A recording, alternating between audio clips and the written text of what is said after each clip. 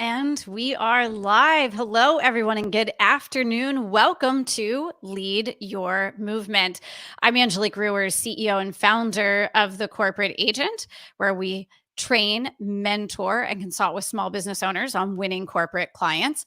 And this is our weekly live show, Lead Your Movement, where we go behind the scenes and have frank conversations with business leaders and entrepreneurs who are using their businesses and using their platforms in order to affect positive change in the world, showing you how they are doing it so that you can do it with your platform too. And we have a phenomenal episode in store for you today. I'm so honored and thrilled to have the guest that we have with us today. Before I introduce him, first, let me just make a couple of quick programming notes. The first is that we are live. So if you are watching us at 1 o'clock Eastern on a Wednesday, then let us know you're here. Tell us where you're joining from and be sure to ask your questions, which we will take. So go ahead and post those into the comment area under the broadcast, and we'll be sure to answer some of those questions today. You should also know we only have a couple of episodes left in 2020, and our next two episodes are really going to look at global impact and nonprofit work on a global scale. So if that's something that interests you, make sure that you mark your calendar for the next two Wednesdays at 1 p.m. Eastern. And make sure you're following us on YouTube, which is the best place to connect with the recordings of these videos, and make sure that you get notified about other training videos that we post. Last but not least, I want to share with all of you that tomorrow, Thursday, December 2nd, we have our last complimentary training of the year happening. It's called the Standout Expert, and it is how not to find yourself competing on price next year in 2021. Everything this year is sort of culminating into some major pricing pressures that we're seeing on expert service providers, consultants, small business owners, diverse suppliers, coaches, trainers, and others. So we're going to talk for 2 hours tomorrow about what you need to be thinking about when you look at the data and you look at the trends. How do you become the standout expert that never has to compete on price? So that's happening tomorrow. Swing by our website or head to thecorporateagent.com/the-standout-expert. /. It's a long one, but my team will make sure that you guys have access to that. So we're really looking forward to it. Now let's talk about today's episode. Really, for me, this dates back all the way to 2011. In 2011, I started partnering with Phil Dyer, who is now our executive vice president here at the Corporate Agent. He and I started collaborating together as business owners. And he said, Angelique, I'd love to collaborate with you more. But before we do that, I need you to complete a Kolbe assessment so I can understand how you're built. I didn't really know what he meant by that. I had taken other assessments in the past. So I said, sure, fine, great. I took the Kolbe assessment, and it forever changed my life. It forever changed how I approach my business, how I approach my team, how I work with clients. In fact, we started using the Kolbe assessment with our clients immediately. And we have ever since. So about a decade now that we've been using this assessment to help our clients get the best possible results in their life and in their business. And so it is my sincere honor and pleasure today to have the CEO of Kolbe Corp with us as our guest. David Kolbe, CEO of Kolbe Corp, has lived and breathed the Kolbe concept since its inception. David's work on Kolbe technology and intellectual properties began when he developed the original algorithm for computing Kolbe A index scores. His involvement in the design, development, and use of the Kolbe wisdom gives him great insight into all aspects of this valuable tool, including talent selection, organizational development, and team building. His current role at Kolbe includes management of operational, financial, technical, and legal efforts. In addition, he conducts seminars, research, and speaks to a broad spectrum of industries. David joined Kolbe Corp after working on Capitol Hill as legislative director for a Texas congressman and as an associate with the law firm of Gamage and Burnham. He earned his law degree from Arizona State University and Bachelor of Science in Economics from the University of Pennsylvania's Wharton School. He's engaged in community as a board member, a volunteer, and participant in civic groups. David and his wife, Pam, have 4 children. Please help me welcome to the show in the comments section, David. David, it's so great to have you here. Well, it's great to be here. It's weird to hear you give a long introduction because we've just known each other for a long time. But anyway, thank you. No, thank you. Oh my gosh. And thank you. I mean this sincerely, for the impact that Kolbe has had, for me personally, my family, and our team, and all of our clients. When I think, David, about the last 10 years as the corporate agent and the thousands and thousands of people that we've worked with, and how Kolbe has impacted our work with them, and then how they go forward in their business, it's really profound. It's huge, and we can see it. We can see it here in the comment section already. So let me ask you this: I start off every interview with the question of the hour, and that is, what is the movement that you are leading? I think simply put, our movement is to help people understand what makes them great, what makes them tick. There are only 3 parts of the human mind, broadly speaking, and one of them is this thing called conation that I know we're going to talk about. And we want to help people know what that is about themselves and understand ways to tap into that so they can achieve the things that they care about. We're not about telling people this is what you should want, but whatever you want, we can help you get there better. And not just better, I would say with less frustration, right? And Yeah. stress. Talk a little bit about that. Yeah, well, yes, that's absolutely a part of the better, because again, our definition of success is having the freedom to be yourself and then actually putting that into practice. So success isn't just about how much money you make or how big your organization is. It's really, how do you get there? And what we help people do, as I said, there's this thing called conation. It's something that everybody has. And when you work with it, everything seems more effortless. I mean, you don't have to work as hard to get the same results, which makes it less frustrating, more efficient. If we're talking in the business setting, it's, efficiency, productivity, and profits go up because you yourself and then the people you work with and lead, whether those are internal or it's, clients that you have, you can help them tap into the same thing. So they aren't spending 8 hours to get 4 hours of work done.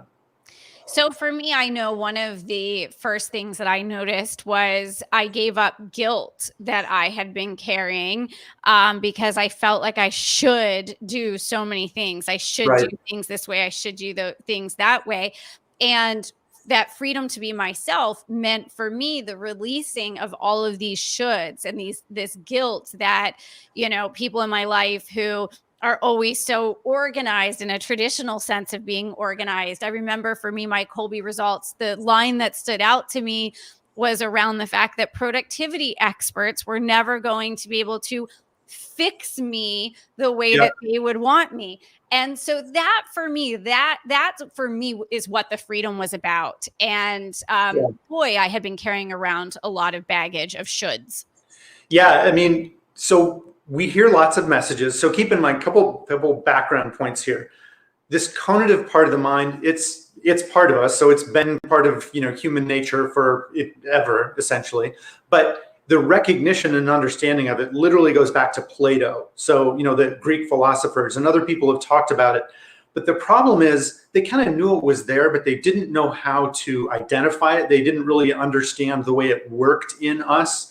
And so what Kolbe Corp, and Kathy Kolbe is my mom. She founded the company and created the A index. So as the intro said, yes, I wrote the algorithm to score it, but she came up with the philosophical, hey, how do we measure this and explain it to people? That unlocks a lot of stuff. So that guilt that you're talking about, that's such a common reaction from our clients because, look, you get stuff from a lot of people. So let's just start with your parents. Your parents weren't taught about conation. They were taught about lots of other things. So most people know what works for them. So they just teach their kids and the people around them, hey, this is what works because it worked for me. So, and by the way, it doesn't look like from the studies we've done, your results aren't going to be the same as your parents' results. It's more random than that. We don't know exactly how you get it, but it seems inborn, doesn't change over time. But because there's likely to be this mismatch with your parents or, important teachers or mentors, they give you this message of, look, this is how you should operate. And you take that in. I mean, you're describing it. And Angelique, you and I share our strength and follow through, which is about being open-ended and adaptable. And you're laughing because you know it's a strength, but it sure didn't feel that way. Oh, yeah. Especially, what kid is told, oh, that's fine that you didn't finish your homework, or you finished it, but you left it at home. That's not okay. And it's not an excuse, by the way. You and I don't get to tell the IRS, oh, I'll get around to sending my taxes in when I feel like it. No, we learn to live with that. But it's giving up that guilt, and then also understanding, how do you put that into practice when you are running yourself, if it's just you, or if you then lead an organization, if you have an assistant, all of a sudden it's, wow, you mean I can actually give those things to somebody else and I don't have to feel bad that I'm not doing them? Like, no, you shouldn't feel bad, because your talent lies elsewhere. So maximize that rather than that other stuff. Oh, I love that. So I have to share this, and then I'm going to ask you a couple of foundational questions here, especially for those who aren't familiar with Kolbe. But as a 3 follow through, David, you will appreciate when I say to you that my mother is an 8 follow through. And she's a single parent. So you can imagine the conflict growing up between my approach to things and my mother's approach to things. She actually, by the way, is our firm administrator today in our company. Perfect. She's been working for us for 6 years now, I believe. And she's phenomenal in that role. But you can just imagine my 3 versus her 8 in my teenage years, right? So let's talk about what is the conative piece of the mind, because, look, there are a lot of assessments out there. It drives me crazy when people call it a personality assessment, referring to Kolbe. So let's talk about what the conative part of the mind actually governs, if you will. Yeah. So we'll start with the other 2, because those, all you guys out in the audience are familiar with them. The cognitive piece is the thinking, so it's how smart you are, what you've learned. There are, I don't even know how many cognitive tests there are. Everything from, your 3rd grade spelling test to the SAT. You mentioned I'm a lawyer, so the bar exam is, it's not a test of inherent smarts. It's a test of, oh, have you learned what you need to be a good lawyer, supposedly? And they test you for that. So that's the cognitive piece, IQ tests. The next part is affective. And that's what really, when people describe a personality test, they're really talking about affective. It's the emotional, our preferences and desires. And there are all kinds of affective tests, and a lot of them are really good, like the Myers-Briggs is a terrific one. Some of them are more clinical, like the MMPI, or DISC, Predictive Index, Strengths Finder. Those are affective tests. So both of those 2 things measure stuff that's important. So we focus on the conative. I would never say, oh, you don't need to know that stuff. I mean, yes, you do. If you're hiring somebody, you want to know, like I use the bar exam as an example. Well, do they know what it takes to be a good lawyer? If they specialize, are they good at that? So you want to know those things. This 3rd part of the mind, the conative, isn't how you think or feel, but it's the way we take action. So it's that part of us. So it's instinctive. It's really the pattern. And that's what Kathy Kolbe, my mom, I'll just call her Kathy now, because in the context, it's always Kathy. What she figured out, really her genius was figuring out there are patterns that people have to this conative part of the mind. So it's not just this, oh, there's part of the mind that governs the way we act, but I can actually predict how people will act based on their conative traits. So that's where the Kolbe A index, which we've kind of referenced, when talking about your results and, having the freedom to be yourself in your follow through.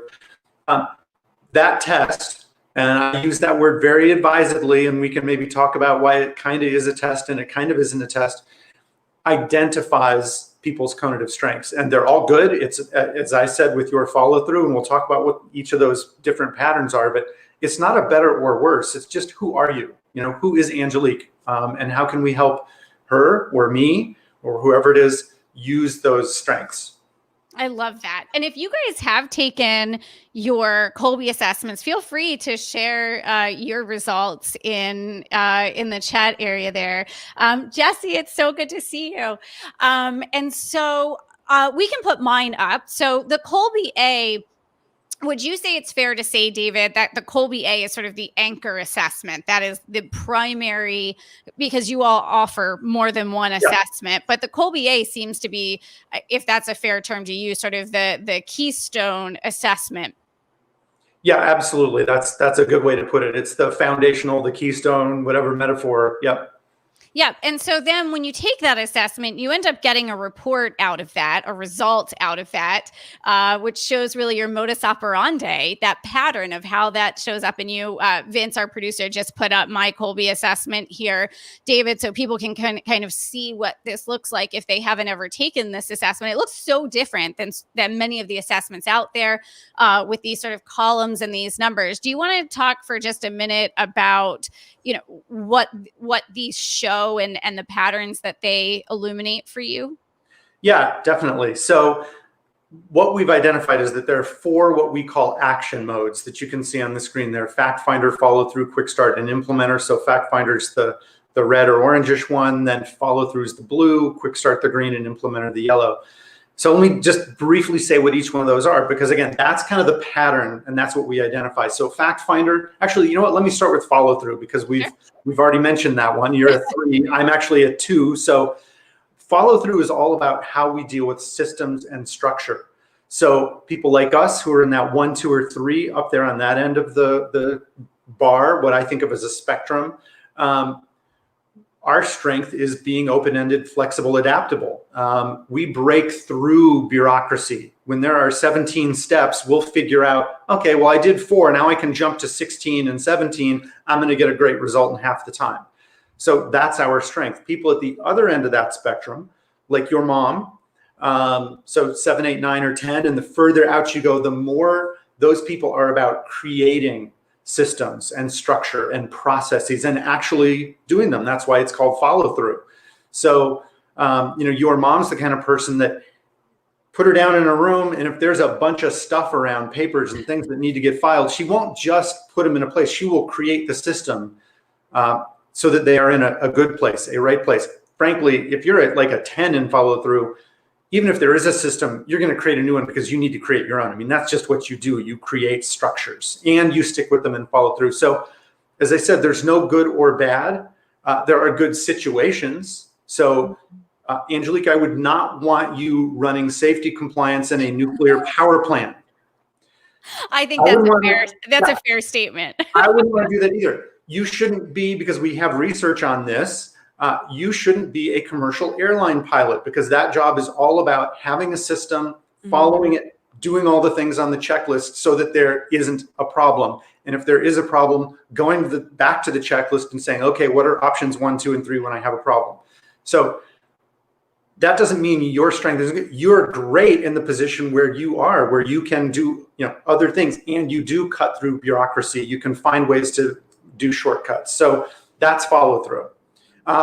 Fact finder, that kind of orangish red one, is all about gathering and sharing information. So I'll start at the other end of the spectrum this time. And by the way, that mid-range is somebody who accommodates those swings. So it's easier to understand each of these modes by describing the extremes. Most people fall in the mid-range, in that 4, 5, and 6 area. So I don't want to leave it out. It's just understanding what each of them are is best with the extremes. So fact finder, if you are an 8 in fact finder, like I am, you need to get information to do research. If somebody asks an 8, 9, 10 in fact finder a question, if they don't really know the answer, or at least have enough data to formulate an answer, they will bide their time. They will, try to put that off. Let me get back to you. And then, wow, this is a fact finder's dream, because now the entire world of research is available in my pocket at all times. Used to be you'd have to go to the library or make some phone calls. So that's the initiating fact finder, becoming an expert, doing research, gathering information. The other end is really looking at the bottom line. It's, hey, I'm going to look at the entire forest. Don't ask me about all those individual trees. The forest looks beautiful. What more do you need to know? The initiating fact finder says, well, is it an aspen forest or a pine forest? If it's pine, are they ponderosa pines, or are they spruce? So, but the preventive 1, 2, 3 in fact finder, really looks at the big picture. They don't get bogged down in details. Again, no, neither is better or worse. They're just different, and we need both of them on teams and in organizations. Quick start. So that's that for you, long green line on the screen. So I'll start with you and people like you. Quick start is all about risk and innovation. So, and the unknown. So initiating quick starts embrace risk. They push toward the unknown. They experiment. They do things differently and new just because. So you don't start a new initiative necessarily because it's the smart thing to do. You start them because you're Angelique. You're a 9 in quick start. You are smart enough, and you have people around you who will help you decide, oh, that new initiative that you cooked up at lunchtime or on a Zoom call with a couple of people and an idea popped into your head. Okay, let's decide if that's a good idea. Maybe we'll do it or not. I know you're excited, but if people try, and this is some of the guilt and that combination for you, and I don't want to do a personal interpretation, but I think it helps people understand how these work together. With your 3 and follow through of, look, your strength is being open-ended, but hey, I can describe it as a weakness if you want me to. And I do this very cautiously because it's too easy for people to see, especially those 1, 2, or 3s as weaknesses, and it's not. But look, you're not super organized. You don't fit everything into a 5-year plan. So literally you will, and I see you nodding, and I know this about you already, so I'm not taking too big a risk, but you'll come back from a lunch or a meeting and you'll have all these great ideas, and you don't put them into the 3-year plan that exists because you're a smart businesswoman. But if you lived your business life always fitting everything into a pre-existing 3-year plan, you would lose out on opportunities. So there's got to be this balance. So the balance on the other side is having people who are 1, 2s, and 3s who stabilize. Yes. Who see what is working and stick with that. They don't just, they would say, look before you leap. Whereas you would say, wow, leaping is so much fun. Go for it. And I'm noticing there's like light getting right in my, crossing me over. If the sun would stay in one place. And this is so fascinating because, David, there are, as I had asked people to share their score, their MOs, quite interesting. One individual who we know 3393. So, and someone else 3310-3. So, and then, and others very similar. So, Lisa shared hers and 3210-3. We have a disproportionate number of folks today who prevent in almost every mode of action other than quick start, which is interesting. So we have lots of leapers. I'm glad Carolyn Bond is here. Carolyn, we need you to give us some balance on this podcast. So thank you. I also see Alicia Corey's here, and I've been on her podcast. Great to see you here, Alicia, and long-term Kolbe client also. But, it's probably not surprising because a lot of times we are drawn to people who are like us, especially because, as I was saying, growing up, you maybe didn't have that. So, I know people, I've talked to clients with really poignant stories. Like one client I know very well who now realizes she grew up in a family where she was the only person who wasn't an initiating fact finder. And she's a preventive fact finder. It's not like, oh, they're all 7s and 8s and I'm a 6. I mean, she's a 3 and they're 7, 8, 9. And they didn't know this stuff growing up. So she felt kind of isolated and, well, how come she didn't think she was smart because she didn't always have facts and figures and justifications, which is what initiating fact finders do. So I love that there's a mix, but it is natural that we're drawn to people who are a little bit more like us. And actually, I would say that's a great thing, especially when you think about picking a mentor. You want somebody who's more like you. You don't want somebody who's the opposite conatively, telling you this is how I was successful and therefore learn from me and do it. It can work, don't get me wrong, but that mentor has to be self-aware enough to know, hey, here are the things that work for me. But knowing who you are, you're going to have to do things a little differently. And that's an unusual mentor.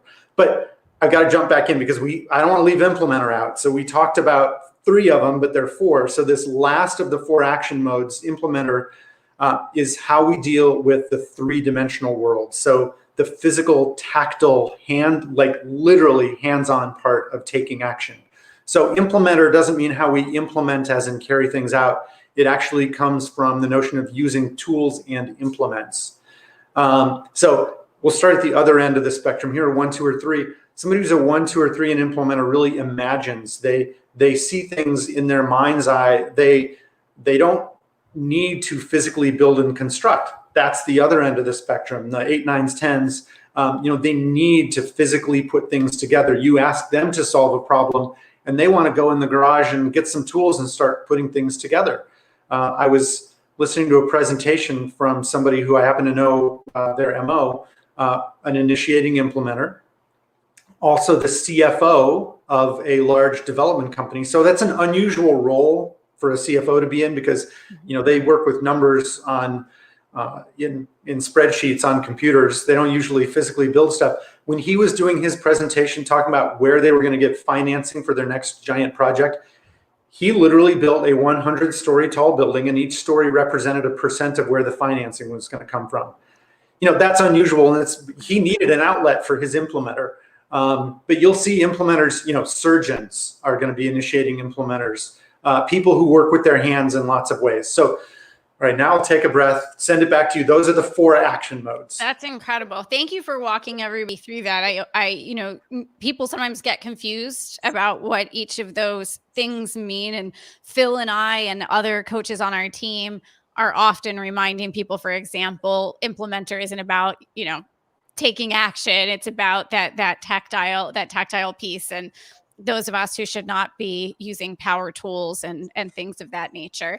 One of the things that is getting a lot of attention today is around employee wellness. And in fact, on our training tomorrow, we're going to talk about this, David. The number one concern of major CEOs, Deloitte and Fortune just partnered up, and they did a pretty interesting study of business leaders right now in the pandemic. And they asked them, what are you most concerned about right now? And you would think it would be around, markets, sales, profitability, new buying trends from consumers, et cetera, due to the pandemic, the recovery from the pandemic. And while they certainly mentioned those things, the number one thing overall was employee well-being. And I'll never forget, a couple of years ago, Phil and I spoke at your conference out in Scottsdale, which if none of you have ever been to Kolbe's conference, I can't recommend it enough. It's absolutely phenomenal. So you guys need to get yourselves there. But we were speaking, and Kathy opened up with the opening keynote, David, and she showed some charts of brain waves in terms of people who had been operating within their zones of genius versus outside their zones of genius, and what happens to the brain, and then what happens to the body physically when you're operating for too long. Like you said, we can't tell the IRS, sorry, we can't turn in our taxes because we're prevent follow through. But when you're operating in those zones for a long period of time outside of where your conative energy is, that has an impact on you. Can you talk about that? Because I feel like, especially this year, people are exhausted, they're drained. Well-being is a huge concern. Yeah. If you think about Maslow's hierarchy, that pyramid where at the bottom, you've got to get your basic needs met. For most people at work prior to 2020, unless it's a new job, you kind of got that, like, hey, we all know the basics of our job. We can get those basic things met. We can start moving up and be, both what we need. And also, if you think about it kind of in terms of productivity, hey, you can actually, do higher level stuff. Well, 2020 rolls around, and all of a sudden, for most of us who weren't working remotely, hey, we're shipping you back home. You're not going to have that office environment. And just that, no matter what your Kolbe results are, no matter what your conative strengths, you're back at that, oh my gosh, I have to figure so much out that I was taking for granted. And that's been really hard.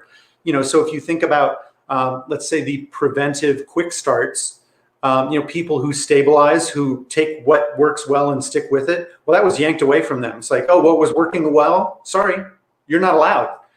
Figure it out. Go experiment at home. That hurts wellness. I mean, that's stressful. In addition to all the, obviously there's health stress, and oh, am I going to have a job because I don't know what's happening with my business or the companies that I work with. So, but just for yourself, figuring all that out is new. So in this year in particular, and we've tried to help a lot of our clients. We've done webinars to help them understand, hey, based on your Kolbe results, so if you are that preventive quick start, how can you more quickly figure out at home what's going to work for you and stick with it? Everything's not new. It's also understanding how to communicate to those people. So, hey, what were you doing at work? You can bring a lot of that home. So what was working, let's keep things stable. For people like you and me, because I also initiated Quick Start, sure, there was the business stress, which was extreme, and the health stress, which is, depending on your circumstances, a lot or a little. But for a lot of quick starts I've talked to, they were really energized in March and April. Like, oh my, wow, all these new challenges that I get to figure out. That seems bizarre to a lot of people, but I think a lot of particularly entrepreneurs, if you're running a restaurant and you just can't operate, that's a different story. But for entrepreneurs who have business opportunities, it was energizing. But knowing, again, you need to know who you are and not give one bit of advice. If you just tell everybody, oh my gosh, you should look at this as the best opportunity of a lifetime to experiment and try out new things, that's great for some people. You just stressed other people out. And like you were describing your guilt around not being organized and systematic enough, there are lots of people who hear the message in our business community, business really environment in the US, probably most of the world. Hey, it's those risk-taking entrepreneurs. Those are the ones who we honor and we promote. And if you aren't like that, there's something wrong with you. No, absolutely not true. You don't have to be a 9 and quick start to be a business superstar. You need to figure out your way. But telling people, oh, there's something wrong with you if mentally you are worried about all of these changes, you should see it as an opportunity. You got to figure out a better way to communicate to those people because it's not great advice. Yeah. And, it's interesting because for us, we use this with our clients so that we can understand what's going to work for them. We're big proponents for those, even those who don't train on Kolbe, they're not coaches per se, consultants knowing the team that they're stepping into. And, this was something I wish I would have had, honestly, in 2006, 2007, 2008, starting to take on big project management roles with companies, really running into conflict with employees that I'm having to interact with on the client side, not understanding why, nothing's getting done and they're still working on a flow chart 8 weeks later. Like, Right. that would have been nice to know. What are some of the things that you wish those who had, especially those who've completed their Kolbe A assessment, some of the daily, weekly, monthly habits that you wish that they would employ? Because I see a lot of people take the Kolbe assessment, then they sort of put it away.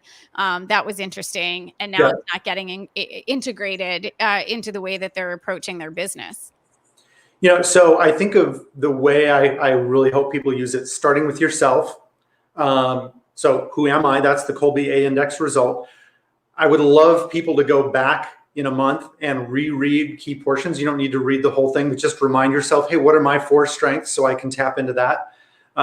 We have some material that people can use. And certainly if you go through our training, and we have a 1-day program that's really geared for business owners and people in businesses. Not consultants can go there too, but we actually have a different track for people who want to use this and consult either internally or externally.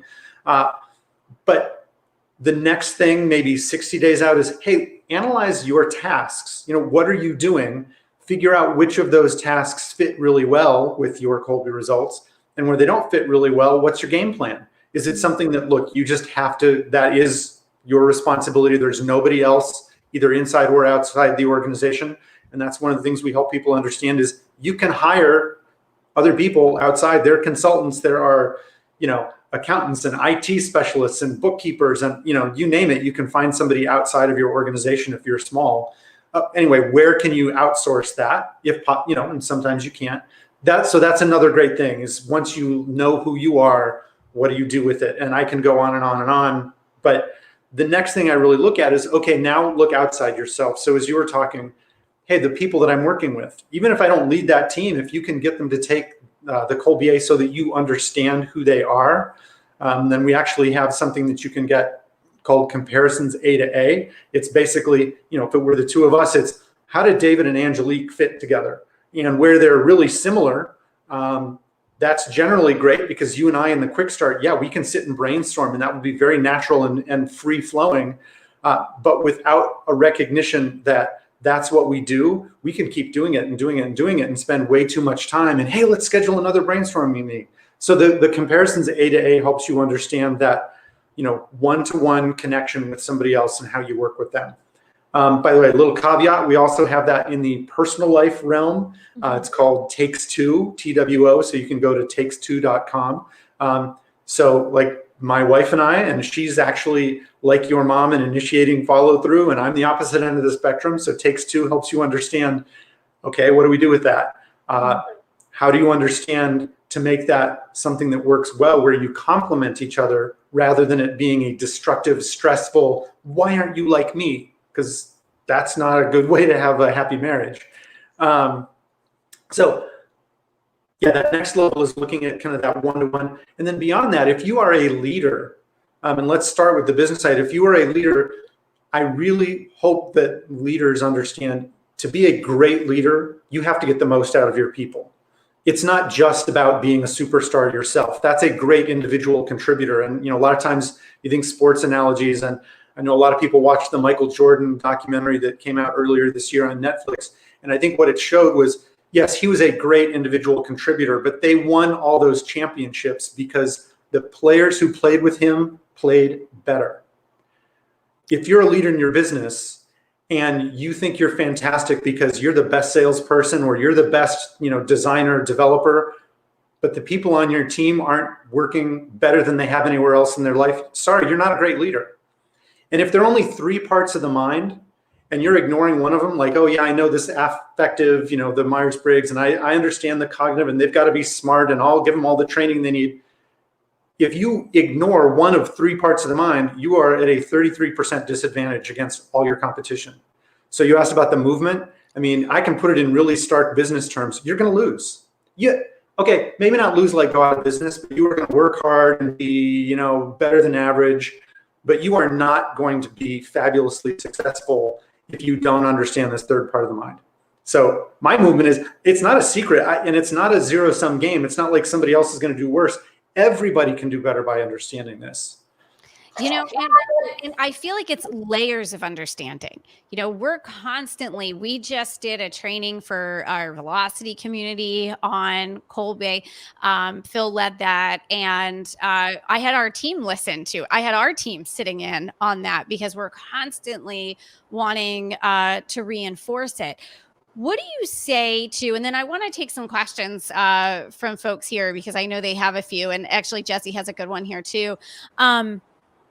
What do you say to folks who feel like they can't move forward on something because they are built a certain way? So, we do sometimes run up against, once folks see their assessment, David, they go into a place of, well, there's nothing I can really do about it. This is just how I'm built. So I can't fill in the blank, whatever's after that. What's your advice for that? So, they're half right, but mostly wrong. So my advice first is to acknowledge, yes, I understand what you're saying, that, you heard how I described it. You're born with your Kolbe results. They don't change. So you shouldn't put energy into changing who you are, but that doesn't mean you can't be better at, let's say it is a stressful situation where you don't fit your job perfectly. And look, that's just real life. None of us have a job where it's 100% exactly what, fits our Kolbe results, or our other part, the affective, exactly what we want and desire and wish for all the time. So, grow up, that's just the real world. And I'm not saying that the people who have that attitude are being immature. It's a totally normal reaction to it. So what do you do about it? You learn to focus on, okay, what can I change? One of the things you can change is, again, being smart. So some of it is their actual techniques. So where you have to work against your grain, and that's going to be stressful and suck more energy, set some boundaries. I'll do it for half an hour, and then I'm going to give myself a reward. Maybe it's, if you're a coffee drinker, hey, okay, I was going to say wait until after you drink your coffee and then reward yourself with coffee. That's a bad idea, because if you're a coffee drinker, you need that coffee. But maybe it's, you don't get that second cup until you do that 30 minutes. But it's a short time. Don't say I'm going to spend all day long on that stuff that I don't like, because that's just not productive. We've seen that too often. So short amount of time, earlier in the day before you are burnt out. I would tackle those tasks then. As I mentioned, figuring out the tasks that aren't great and identifying who else can do them for you. And then, that's focusing on the negative, but the other part is there's this positive side. So don't just focus on, oh, I can't do anything about it, so I won't.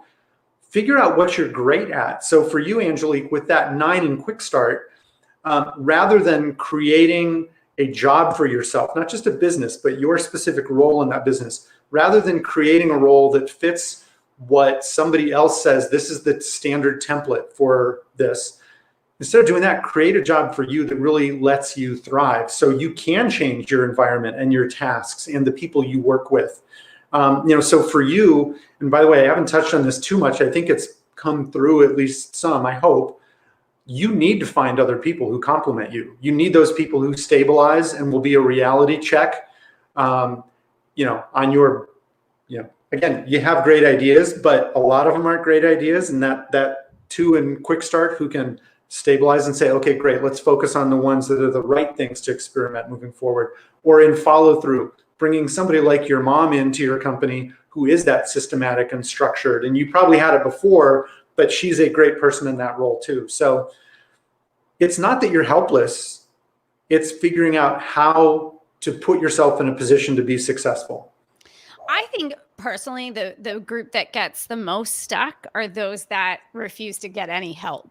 The folks who, really just, getting over that hump of even, a part-time virtual assistant, a part-time bookkeeper, just some help. We talk about bench members, independent contractors that can backfill the part of client work that you don't thrive in doing so that you have that.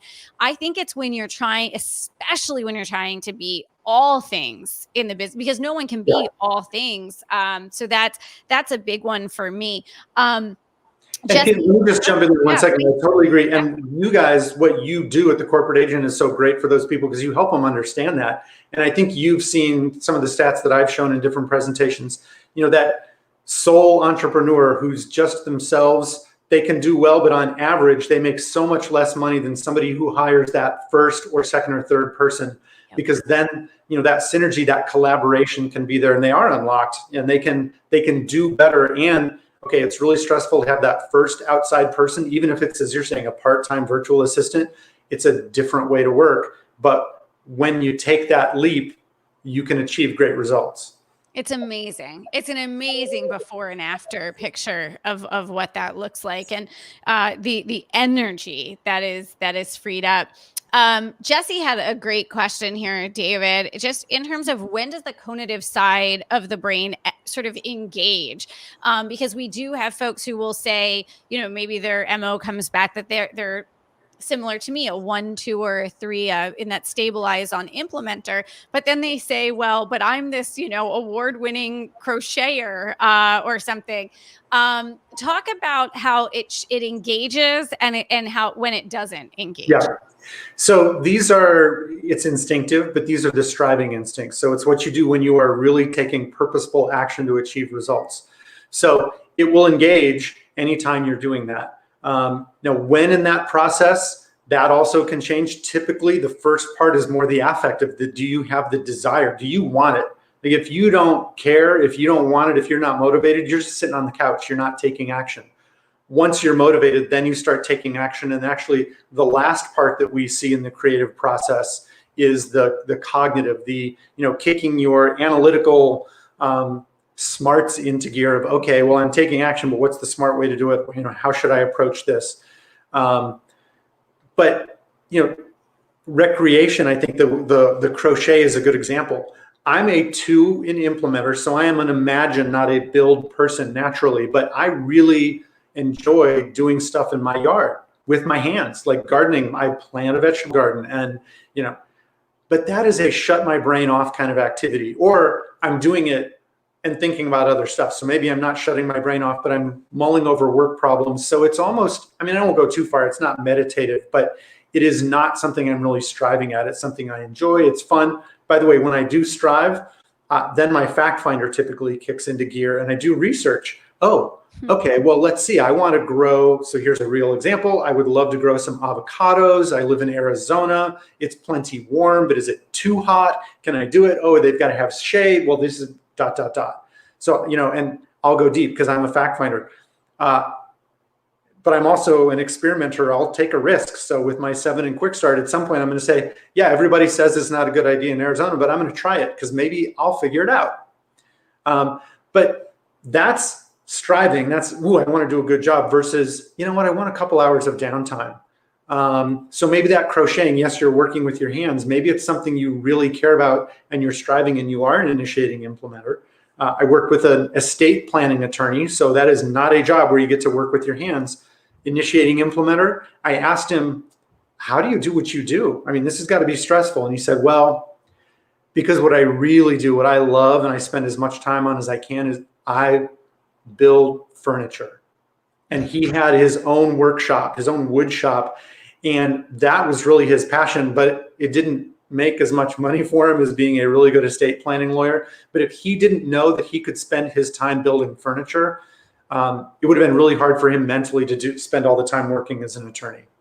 So fascinating. That one particularly fascinates me, by the way, implementer, just because I'm a 2 an implementer. And so being able to build anything and visualize anything, it just totally warps my follow through. I get systemization. I get, but that one, David, I have a hard time relating to the 8, 9s and 10s. We get very few because of so many of the experts so many of our clients, of course, are expert based. They're Right. they're consultants, things like that. Every now and then we'll come across someone who initiates from implementer who used to be, let's say, an industrial engineer or an electrical engineer or something of that nature, and they've sort of switched gears. And as soon as we see that, our question is, what are you going to do to still engage that implementer Right. piece of it? That's a big one. What are some of the other tools that people may not know about that Kolbe offers? I think our community in particular, very familiar with Kolbe A. There's so much more. Can you Yeah. share a few of the things that, especially as we look at 2021, we look at where our community is going to be working with large organizations? What are some of those other tools that they should be applying? Yeah, so thank you for asking. So really, I'll start with extending the A index because that is, as you said, the foundational piece. So a lot of people want to learn more. You can go to kolbe.com/activate your A. It's a webinar. We do new live ones from time to time, but there's always the most recent recorded one that talks about, okay, what do I do next with this? Rather than I read it, but how do I activate that? So that's one thing. Looking at your job, so this is great, this is me, but how does that fit with the job that I do? We call that the Kolbe B index. So you can take that and then you can compare those. If there's a big mismatch, you can see advice for how to use that. You can work with Kolbe consultants, and whether that's somebody from Kolbe Corp or, I mentioned Alicia before. She's a Kolbe consultant. You are too, Angelique. There are consultants out there who can help you with understanding the Kolbe piece of how do you fit those together. We have a hiring selection software called RightFit. So when you are using it in your own business or working with other businesses, you can look at, okay, what's the job that I'm filling? What are the conative demands of that job? And are job applicants likely to be a good fit for that or not? We similarly have what we call team tactics software that, not surprisingly, looks at teams. So rather than just saying, oh, yeah, you need a mix, this actually looks at the mix that you have, looks at the jobs, the roles that you have on that team, who's in them, how those people fit, not just the jobs that they're in, but how they fit with each other, and looks for common potential issues and looks for where things are working well. So for just a quick example there, you really need people to cover as many bases as possible. Depending on the size of your team, you might not be able to cover all the bases, but if everybody looks just like you, you're going to have problems down the road. That team will feel great for a little while, but not get the work done. They won't hit their goals, their benchmarks. And then if everybody is polar opposite, then you might fight over process. There's solutions for those things, and that's part of what the software does, is provide solutions for those. And then we have a whole bunch of other training. I mentioned the one-day program that's geared toward people in businesses who aren't necessarily going to be consultants or practitioners using this with others, but hey, how do I use it in my company or with myself? That's called Kolbe Plus.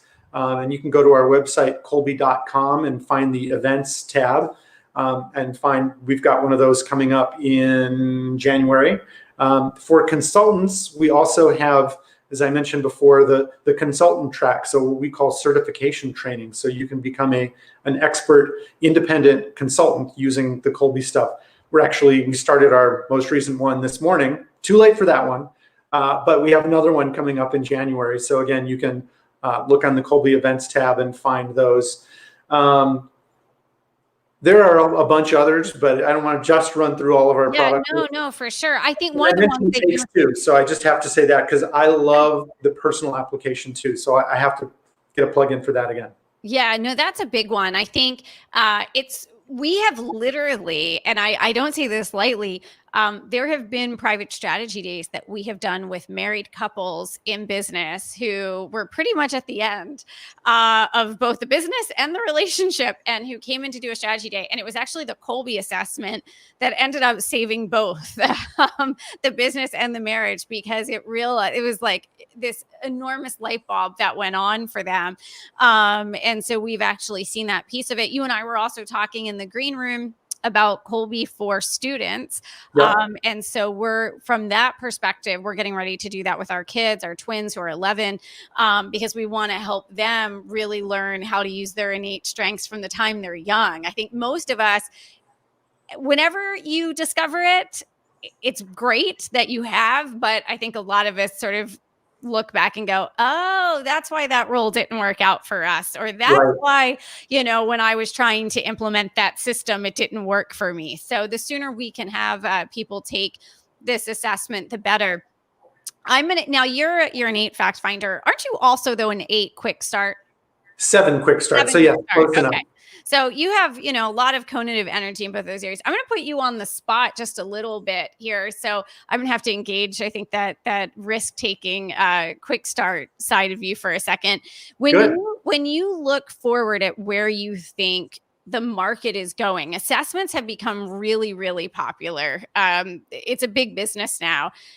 Kolbe's the only purely conative assessment that there is on the planet. When you look forward and you and your team are looking at sort of where awareness is going around the conative mind, yes, it's been around since Plato, but it kind of got lost for quite a bit of time of human history. Just a couple of millennia. Yeah, just quite a bit of time in there.